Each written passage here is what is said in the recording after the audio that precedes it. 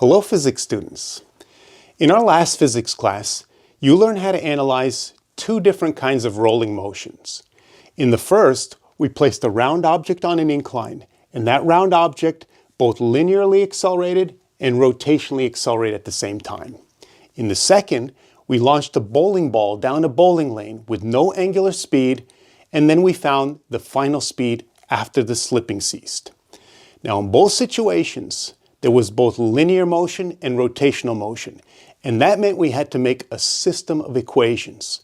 One equation for rotation, I alpha equals torque net, and the other for linear motion, ma equals F net. And then we solved those for the unknowns. Now in this video today, we're going to analyze two different kinds of rolling motions. Once again, they'll both involve rotation and linear motion at the same time. And once again, that means a system of equations. One equation for rotation and one equation for linear motion.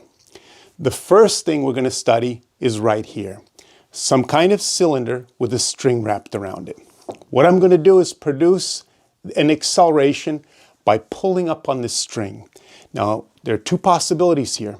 I can pull up rather gently and make this accelerate without slipping, or I could pull up more sharply with a stronger force, and then I could make the cylinder skid out. Now in both cases, interestingly enough, there's no forward force. I'm pulling straight up. So what is it that's creating this forward motion? Well, to answer that question and to figure out the acceleration, we're going to have to go through the whole process, force diagram, system of equations. So let's begin, but first let me move this out of the way so we could better see the board behind us.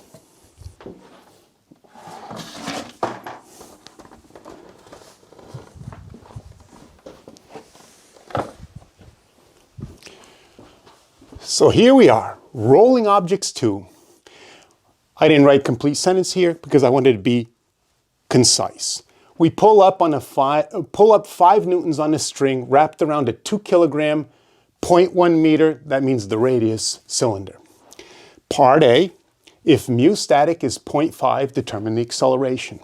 In part B, calculate the minimum coefficient for no slipping to occur.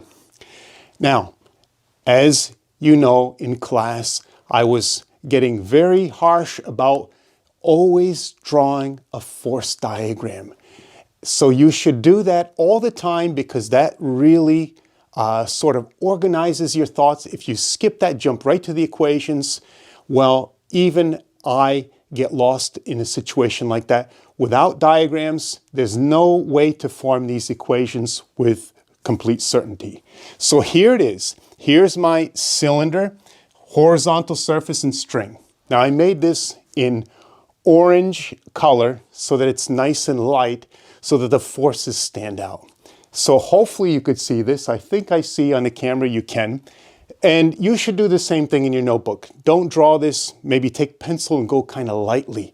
Again, the forces are important. So what are those forces? One obvious force is the force of gravity. Now where does that act? Everywhere, all throughout. But as I said in class, it averages out so we can put all the gravity right at the center. That's like the average weight location. And so at the center of mass, I draw this arrow down like this. Now I drew it a little off to the side because I'm going to have to draw the normal force. And if I draw it right up, it's going to look kind of messy. So this is the force of gravity. And if we would like, first of all, we have to label FG for credit on the AP, but we don't have to put the magnitude. I'll put it here anyway, 20 newtons, force of gravity. Now, the next force, if this were the only force, this cylinder would fall, 9.8. But there's a support force, the normal force. Actually, before we do that, I jumped a little ahead. Let's next draw the string tension. 5 newtons right here. It's pulling right here on the cylinder. So if this is 20, here's 10, 5 is like maybe that long. So I'll try and draw this roughly to scale. we'll say T 5 newtons over here. Now, the normal force. Normally, in a lot of Newton's laws problems, it'd just be the weight. However, I'm already lifting up 5. So I'm already supporting 5 of this 20. That means that the surface below only has to contribute an additional 15 newtons for this not to fall. So I'm going to draw 15 newtons right at the point of contact, and it goes something like this. Shorter, so I draw it shorter than gravity, 15 newtons. Now, one more force. It turns out it's the force of friction. When I yanked up on this, you saw this skid out like this, right? So this cylinder was slipping past the surface, pushing the surface backwards. Newton's third law says cylinder pushes the surface below to the left, surface below pushes cylinder to the right. So what I'm going to do is draw a force of friction like this. Now I'm drawing it shorter than that for a reason. I guess I could put the label right there. Because if this were longer than 5 newtons, maybe 7, the cylinder would rotate counterclockwise and it would go that way. Imagine I pull here and then the cylinder goes that. That doesn't happen. The cylinder clearly went this way, so that means the cylinder is going to be rotating in the clockwise direction. That means the 5 going clockwise has to be greater than the friction going counterclockwise. So maybe it's like 3 newtons. I don't know what it is, but it's less than 5. Now the first thing I want to answer, is this going to slip? We could answer pretty easily right off the bat. We know that force of friction, static max, is coefficient times normal force. Our coefficient is 0.5. The normal force is 15. So the maximum friction possible is 7.5. As long as you don't pull on this surface, these two surfaces, more than 7.5, the cylinder will not slip. And we know that this is less than 5, which is definitely less than 7.5. The cylinder will not slip. Let's take a break. Pause the video and allow you a moment to copy these notes down in your notebook if you haven't already. All right, force diagram finish. In some ways, the hard part's done. Next, what we have to do is form, as I said, a system of equations. So let's begin with rotation. I alpha equals torque net. The inertia of a cylinder, 1/2 mr squared. Again, you don't have to remember that. That would be provided to you on a test or on the AP. The alpha, whenever we have these combination rotation and linear problems, we always get rid of the alpha with A over R so that we'll have one kind of acceleration A and later we'll have the same kind of acceleration. Now, I alpha equals torque net. We go back to the picture to think about the torque. The forward torque is the 5 Newton force. RF sine theta torquing this in the clockwise direction, so it goes this way. So that's RF sine 90, which you're welcome to leave off. You could write it there if you want, but I left it off. And then the backwards direction, the friction is going counterclockwise, so we have to go minus RF sine 90, okay? And so we see, as has happened before, yesterday, all the R's drop out of the problem.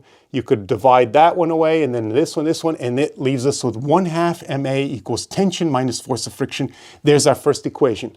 2 unknowns, acceleration, force of friction, which is not mu f normal. So we go on to the linear motion. ma equals f net. The cylinder has a mass m, it's going to accelerate at a, and what is the net force? The only force in the linear equation that produces an acceleration is the force of friction. These are all vertical. 5 up, 15 up, and 20 down add to 0. No net force, or zero net force. This is the only unbalanced force, and therefore it's what goes in for F net. So now we have our two equations, the same two unknowns. What we could do, equation 1, equation 2, we could add these. So we have 1/2 ma and 2/2 ma, or 3/2 ma when we add these.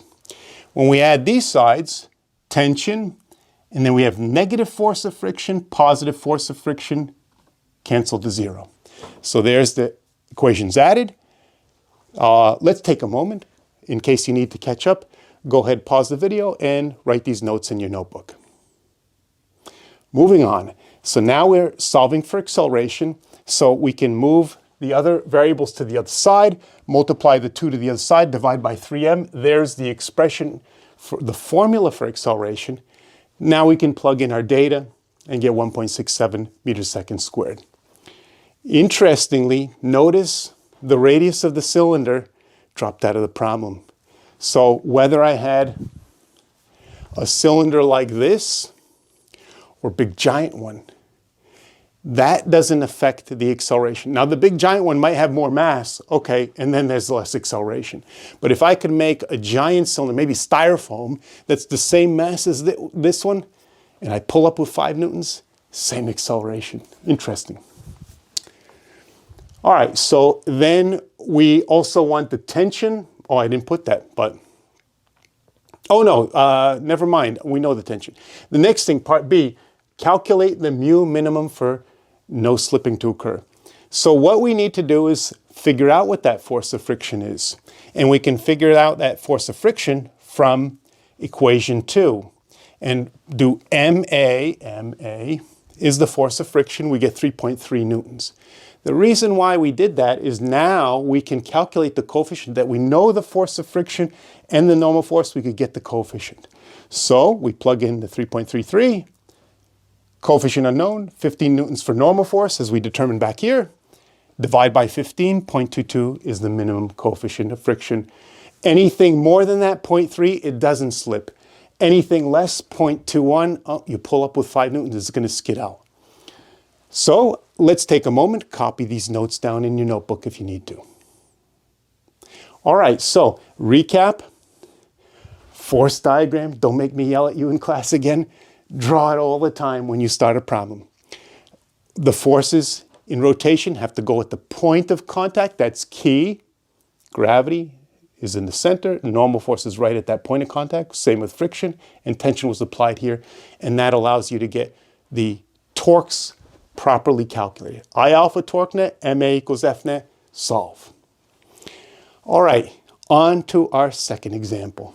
So you could say maybe like dropping a yo-yo or something like that, or a cylinder wrapped with a string. If I let this go and let it fall, well, it's too unstable, it would kind of twist. So what I'm going to do is just use a roll of toilet paper. This is the motion. I hold the toilet paper here. I let go, and the toilet paper falls. So, see that again.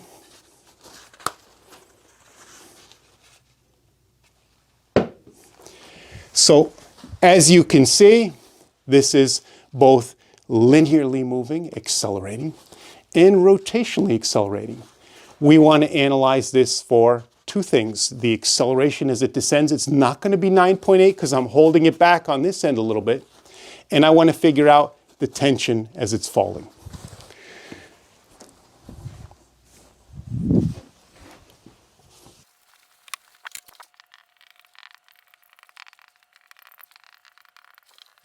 All right, a string unwinds as a cylinder of mass m, radius r, inertia 3/4 mr squared falls. Determine the acceleration and the tension in the string. So once again, remember, don't forget, first step is a force diagram.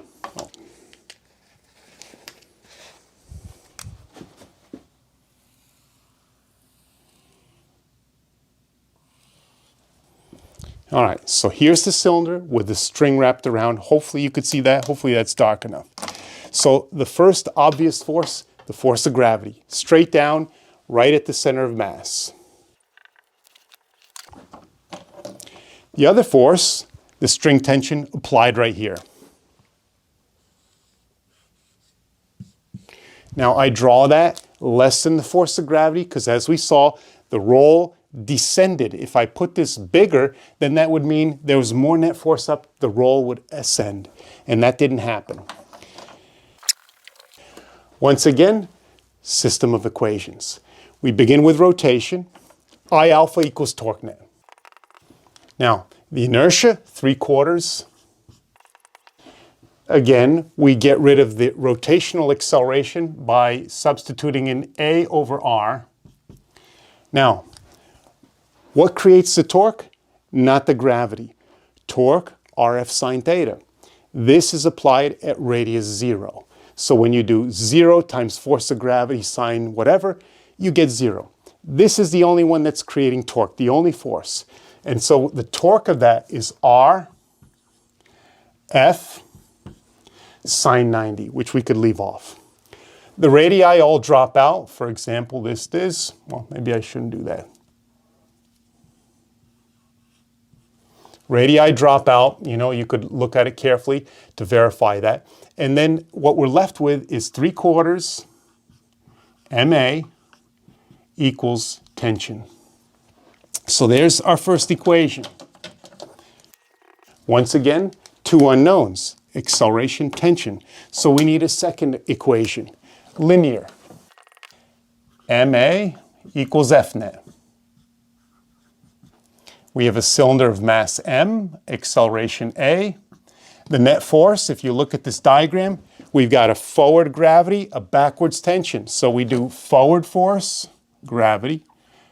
Let me do that, mg, minus tension. And there's our second equation.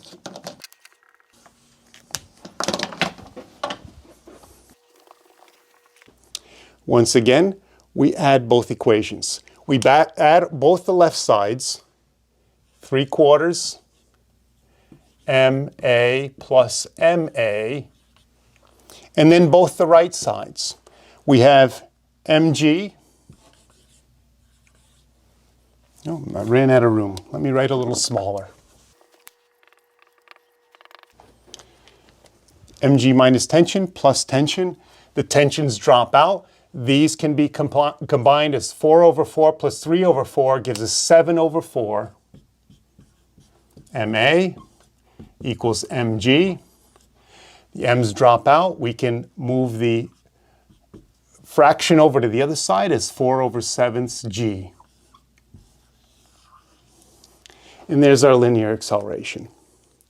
Part B, to get the tension, we can use either of these equations. As you could see, equation 1 is easier. We could just plug in the acceleration there to get that tension. The 4's go away, and we get our tension. As I said, it's going to be less than the force of gravity, 3/7 of the force of gravity. So if you need a moment, take a moment, pause the video, copy these notes into your notebook. All right, so that's rolling motion 2.